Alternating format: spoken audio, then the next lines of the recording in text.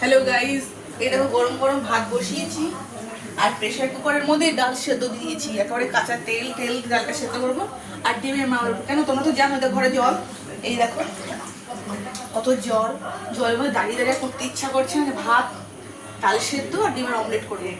তা আমি আসছিলাম রাজা দরকার একটু বেরিয়েছিলাম রাস্তায়, তা আসছিলাম এই দেখো খাসির চর্বি, চর্বি এটাও চর্বি। আর এটা কি বলে, তিল্লি বলে। এটা আমি খেয়াল করিনি, জোর জবস্তি ঢুকিয়ে দিয়েছে, আমি খেয়াল করিনি। এটা ভাজা করে দেবো, ভাজা করবো। এই দেখো ফ্যাপড়া, এই যে ফ্যাপড়া, এই যে ফ্যাপড়া, এটা নলি। এটা খেতে খুব ভালো লাগে, কচকচ কচকচ করে। এই যে রইলো। আর এটা কি বেশ যেন দিয়ে দিল, আমি বললাম দিও না দিও না, বলছে না কিছু হবে না, চর্বি গলবে না বলে জোর জবস্তি দিয়ে দিল।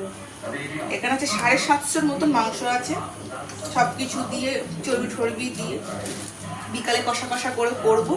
আর গরম গরম পরোটা করব। মনে হয় আমার মেয়ে আর আমার ছেলে আর আমি খাবো, বাবা খেতে চায় না, সব খেলে খাবে না খেলে না খাবে। ভিডিওটা ভালো লাগলে লাইক কমেন্ট শেয়ার করো। এরকম ফ্যাপড়া চুস্তা কে কে খেতে ভালোবাসো কমেন্টে জানিও। এই যে এই ফ্যাপড়া চুস্তা খেতে কে কে ভালোবাসো কমেন্টে জানিও। বাই বন্ধুরা।